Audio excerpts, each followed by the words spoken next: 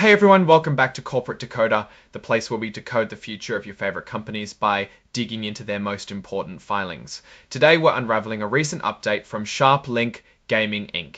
And let me tell you, it's all about expanding their team of financial facilitators, or as they call them, sales agents. So SharpLink Gaming, a company involved in the gaming and betting space, has made a significant move. They've essentially brought more help on board to manage their stock offerings. Think of it like a company needing to sell more of its shares to raise money, and instead of just one salesperson, they've added several more to boost those sales. This filing is a current report, meaning it's about something important that just happened. They've updated a previous agreement to include more partners in their plan to sell shares.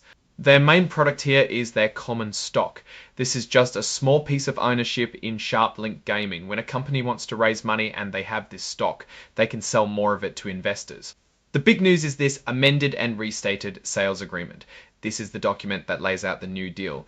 Previously, you had an agreement with AG Alliance Global Partners. Now, they'd added Canaccord Genuity LLC, SG Americas Securities LLC, AG Americas Securities LLC, AG Americas Securities LLC as additional sales agents. So now they have a whole team working to sell their stock. This is often done through what's called an at-the-market offering program. This at-the-market offering is a way for companies to sell their stock directly into the open market over time.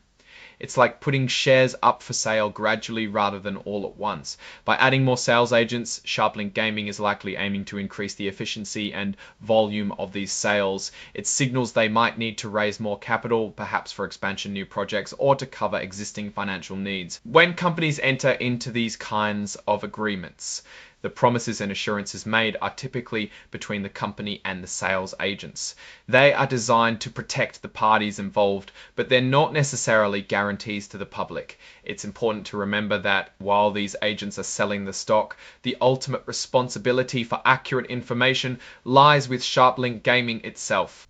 Now, the filing itself gives us a summary, but the real meat is in the attached exhibits. Exhibit 10 is the actual amended and restated sales agreement itself. This document would detail the commission rates for these sales agents, the specific terms under which they can sell the stock, and any limitations on the volume or price. Without seeing that exhibit, we're only getting the high-level overview. The report is signed off by Rob Fithian, who is a co-chief executive officer of SharpLink Gaming. This indicates the company's leadership is aware of and authorizing this expansion of their financial operations. Now let's look at what this means from a broader perspective. Expanding the sales agent team for an at-the-market offering usually suggests a few things. First, the company might be anticipating a need for significant capital infusion in the near future. This could be to fund growth initiatives, acquire another company, or perhaps to shore up their balance sheet if they're facing financial headwinds. Second, it could be a strategic move to diversify how they access capital. Having multiple agents can create a competitive environment among them, potentially leading to better execution and terms for SharpLink. Think of it like a busy restaurant. If one waiter can't handle all the tables, you hire more waiters here. SharpLink is hiring more waiters to efficiently sell their product, which is the company's stock. This is a common practice for publicly traded companies, especially those that are growing or in a phase where they need to raise funds more actively.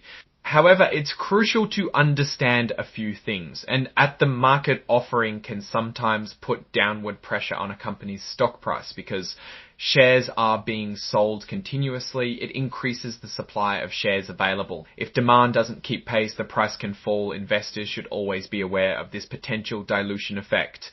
Also, the fact that they are amending and restating an existing agreement means they are modifying terms and adding parties. This isn't a brand new strategy, but an evolution of their current approach. The previous amendment in July suggests this program has been active and is now being expanded, possibly to improve its effectiveness or to meet changing market conditions or company needs. From a Warren Buffett-esque perspective, we'd want to know why they need the money. Is it for value-creating investments that we can see a clear return on, or is it to cover ongoing operational losses? Without more details on their overall financial health, which you typically find in their quarterly 10Q or annual 10K reports, this filing alone doesn't tell the whole story. However, it does hint that capital generation is a focus for them right now. One key thing to consider is the cover page interactive data file, which is formatted as inline XBRL. This is essentially a machine-readable version of the filing. making it easier for financial analysts and automated systems to process the information. While not directly impacting the business strategy, it reflects a move towards greater transparency and accessibility of financial data. So to sum up, SharpLink Gaming is bolstering its capacity to sell its stock on the open market by bringing in more financial partners. This move is about raising capital, and investors should be mindful of potential stock dilution and understand the underlying reasons for this capital raise. It's a proactive step for the company in managing its financial resources and supporting its future endeavors. Whether this is a sign of robust growth plans or a response to financial pressures remains to be seen without deeper financial reports from the company.